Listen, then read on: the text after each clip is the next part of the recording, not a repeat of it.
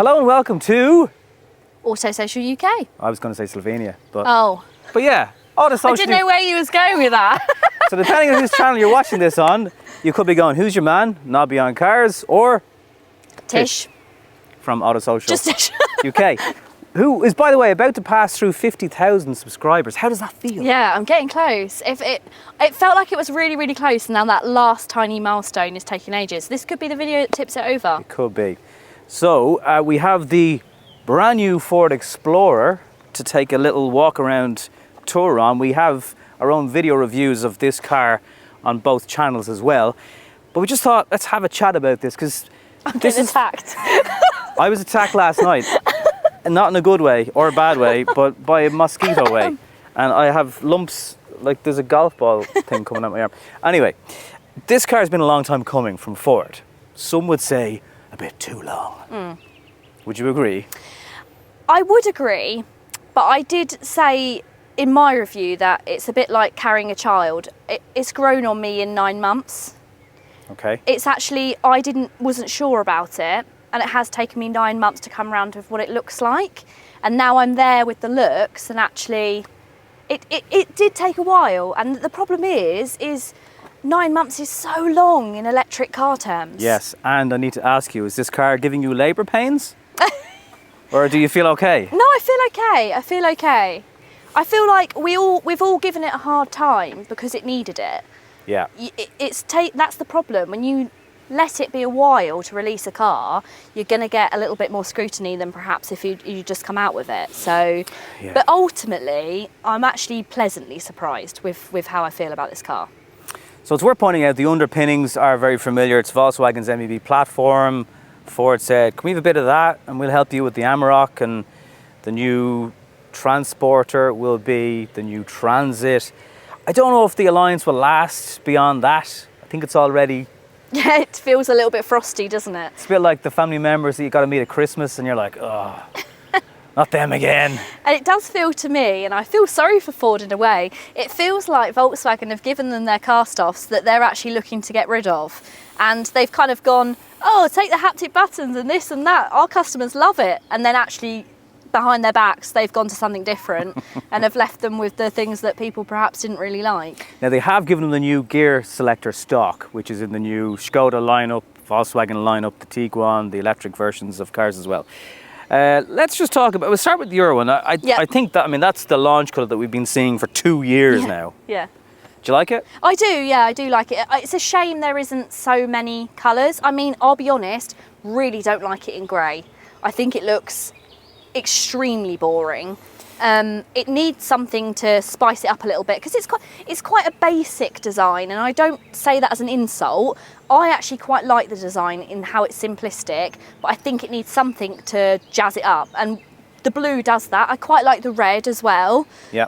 But it would have been even nicer to maybe see some like khaki greens, or I feel like above and beyond the blue and the red, it's then quite a neutral lineup of colours, which I don't think do it justice. Not sure about the UK price. In Ireland, these colours are about 800 and I think it's €17. Yeah, £800, yeah. You don't get Range Rover Sport vibes then across? Oh, absolutely, definitely. Right. And I think they've been quite smart there. I think because Range Rover has spent so long releasing an electric vehicle, I actually do think there is customers there that will come out of kind of Evokes and will come into an Explorer, because it has that similar design, and I think that's actually a selling point. I quite like it. This is apparently underneath also the same colour, silver, but I do wonder if somebody hits you in Asda, or let's have a trans-country shopping centre, Tesco. Yeah. It'll be a silver scrape rather than a black scrape, but it will still look bad. Yeah, it will do. And I don't mind the bar around the front, but I don't like it as much around the rear. Ultimately, it's fallen into that trap of they've tried to make it look rugged, without it actually doing any off-roading. Obviously, if you go for the four-wheel drive, you've got a bit of capability, but you're not actually going to be doing any off-roading in these. Yeah. But they've made it look like that, and in turn, you get these kind of plastic bits that don't quite feel the premium to what the price tag is. That's true. And now, so there is a dual motor version that has a 79 kilowatt hour battery usable. standard range rear wheel drive is 77 kilowatt hour. But then there's also a 52 kilowatt hour that was on the table, I think came off the table, now feels like it's back on the table. Yeah, except they don't have a 0 to 62 time of it, so that makes me think that that's not really even there yet. Right. Now this car's only going into production as we speak in Cologne. So no matter what happens with Chinese tariffs, which I don't think you guys will be subject to because you're not technically... It all depends on what happens. Yeah, but this car won't. So that is a very black and white statement, whereas as we film, I know Tesla are offering free supercharging if you buy before the end of June, but no one really knows for sure are these tariffs going to actually come in. Most of our launch cars in Slovenia have these 20-inch alloy wheels. They're not unlike the Skoda Enyaq. I really like these. Yeah? Yeah, I'm a big fan of these. I like that they don't look electric. They've kind of, but they've also got that aero quality. Yeah. And I also love the fact that, like performance cars, this one dips in more. I don't know if you've noticed that. So the offset is different? So yeah. Okay. Like an M4 or something. Do you know what I like about them? Cool. There's roadworks coming here to meet you today, Tish, and it gets very tight between a curb and a bollard. I didn't hit the bollard, but I did hit the curb, but I didn't mark the wheel. So there's enough give on the tyres. They're Continental. Now, that might change in whatever market you're in. This car is built for Europe, in Europe, by the way. So, no. They did say they developed the tyres. That's what they were saying last night when you decided to take a shower. They were saying that Ford have developed the wheels for this car. So hopefully that means that kind of those specific ones to this car will be available. And although they've been incredibly cagey about what they've done to this car, I do think it does ride well. Yeah, even on 20s. It's pretty good, even on 20s. I mean, the roads in Slovenia are really, really good, but there are some mountain roads and stuff that are a little bit bumpy and different kind of surfaces and crests and stuff. So, yes, there's no real, oh God, what was that? I didn't get any of that at all. The rear quarter that looks like it could be a solar panel, are you a fan? I don't mind it. It's pretty inoffensive, isn't it? If that was a coloured complete panel, I wouldn't like it. I actually quite like it. Kind of blends into it looks a bit more premium than perhaps a plastic panel that some vehicles have gone for. I mean, it's pretty inoffensive from the side, right? Yeah. But as you can see, when it's this charcoaly grey, everything kind of blends in. The different textures and colours kind of pop on the brighter colour. There isn't many curves and edges. It's very, very much just a block, really, isn't it? Yeah, a block. Tailgate section then. I know the footage that Ford have provided us with makes this look very clear, but you don't really notice the Explorer lettering. No, you don't. It's black on black. It does blend in quite a lot. Rear wiper, thank goodness. Very important. Not all versions will get an electric tailgate, is that right? Yes, so the entry-level models do not get an electric tailgate, which I think, considering it starts very, very, very close to 40,000 for us, is a bit stingy.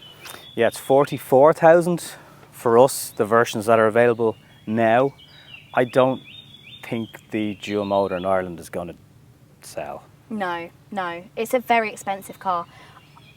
There are people out there that will want a slightly more performance, which same as like a Volkswagen ID4 GTX. Yeah. But my worry is actually the most expensive version of the regular single motor. So that one's like near edging close to £50,000.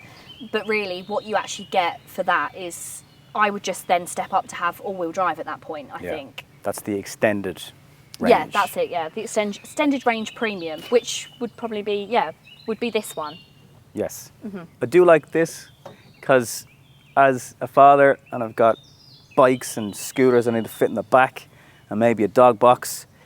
That's handy. What is not handy, that is nearly 100 litres smaller than an ID4. Yes. I know they don't want to compare it to an ID4, but everyone else is gonna. Yeah. So it's a bit of a, and sounds like you've stepped on Buzz Lightyear, or. I'm not sure. Is it hands-free? I don't think there's any mention of that, is there? On the entry level? Well, I think because the entry level doesn't get an electric boot, but I'm not even sure if the top spec model, if it's hands-free, if you can kick boot it. That never works for me on camera. Doesn't. And I always. You taught me. Your subscribers taught me. What did they say? One of your subscribers told you. Better be nice to her. Yeah, no, he was. No, I was watching your review and your subscriber said the problem is you wave your foot underneath it. You're meant to kick. You're meant to kick and then stand back. Come on then. And then, well, I don't know if it's got it. Yeah. It hasn't by that, but then I think you have to have the key in your pocket anyway, don't you? So That is definitely a requirement, yes. So, let's give our final summary of the Ford Explorer. Do you want to talk about the inside? Or watch our reviews for all that. Yeah, yeah. It's very Dive hot. into- yeah, and I've also now got a frog in my throat. There you go, it's gone. And we've just been surrounded by, What are they? I don't know, fairies. Dinny Joes, I think. I don't know if they call that in England. That's us complaining about being in this lovely hot country, surrounded by nature. Yeah, 27 degrees. In summary, the Ford Explorer, which is now available to order. I'll give you a bad point, Tish. Yep. In Ireland, it's 19 weeks delivery. I can't comment on that. I don't know how long it is for our delivery, but I can't see it being that different if yours is 19 weeks. Possibly, but you guys obviously have a much bigger market. I'll give you a good point. I really like the interior. I think they've done a good job of that. Yeah, it's super practical. I do actually like all of their kind of like functionality of everything that moves around and you can move bits, and I really like that. Could it feel... What the hell is that? Ooh, a That giant needs dress. takeoff clearance. Wow. I Wow. do think for the price point... Oh my God. It's huge. I do think for the price point, that's an undercover Ford spy. No, I mean, it's good. I love it. I promise. It's really good value for money. Wow.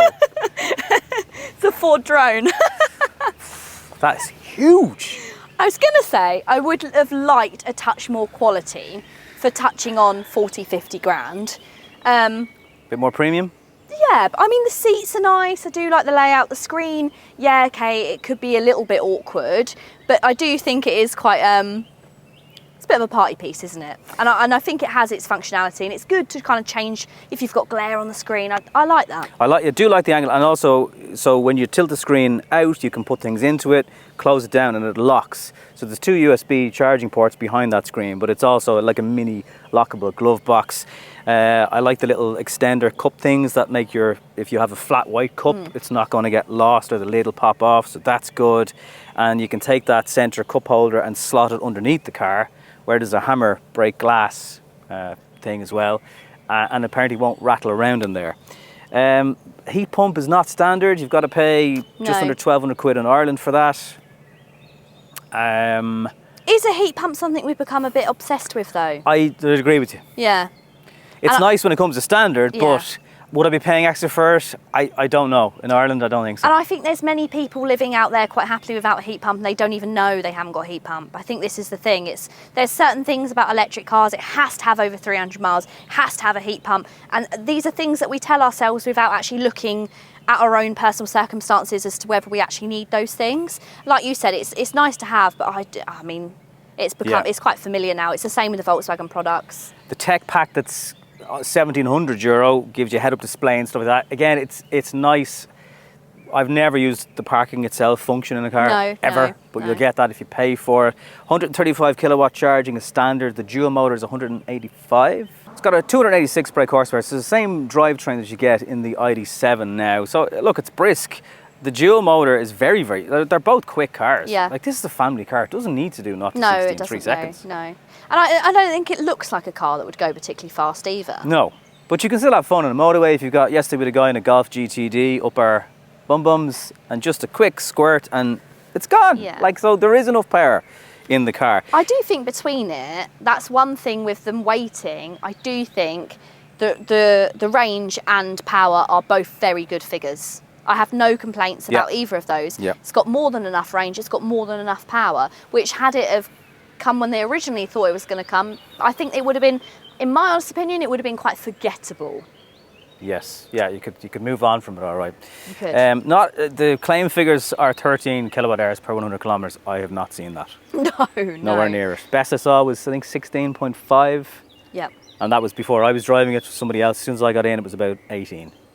So, again, I don't want to keep, we're doing this for both the UK and Ireland. This car is more expensive than an ID4, and that's the biggest challenge to it for my market. Sure, yeah. But ultimately, I do think that Ford and Volkswagen buyers are very different. Also, one comment I got in my video, and I don't know if you agree, think of all the modern badges, Cupra, obviously BYD who are new to the market, but somebody commented that the Ford badge looks really dated. Yeah, it does. Yeah, I haven't even thought about that, but it does, yeah. Like, you could argue it's iconic, it's been around for all our lives, our grandparents' lives, our great-grandparents' lives at this stage. But that was the ironic thing about them. It did feel a little bit last night that they were trying to push it as like a heritage Ford product, when ultimately there's not really much Ford about this car, is there? No, no. But on that note, thank you very much for watching. Let us know what you think. Comment on the videos. Please like and subscribe. And if you're not subscribed to Tish yet, Please do. 50,000. Tip me over the 50,000. And my audience as well, please, if you're not already subscribed to Nobby on Cars, then please go ahead and do that, because I know we actually do create quite similar content, I think. So if you like my content, I know that you'll like his as well. Thanks for watching. Till next time, see you later.